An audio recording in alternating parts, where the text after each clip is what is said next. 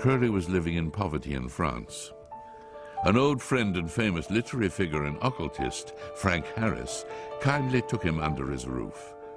Frank Harris lived with a woman by the name of Nellie O'Hara.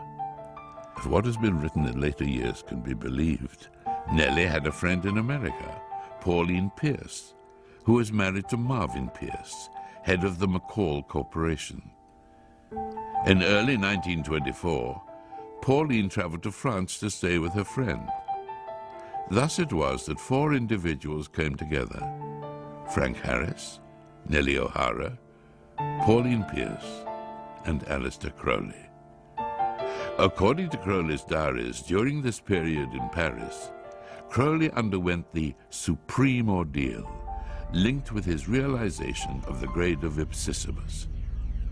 According to a description of the rite, on the appointed day, the candidate is attended by one or more chosen and experienced attendants whose duty is A, to exhaust him sexually by every known means, B, to rouse him sexually by every known means.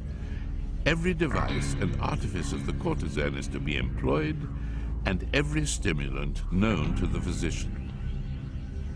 If Crowley did go through this ordeal in 1924, then it is highly likely, based on his previous experiences, that his closest associates of that time, including Nellie and Pauline, performed as his magical assistants.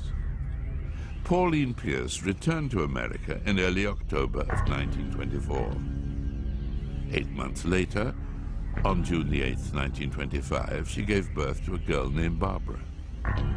Barbara Pierce married George H.W. Bush, who eventually became the 41st President of the United States, and they had a son, George W. Bush, the 43rd President of the United States.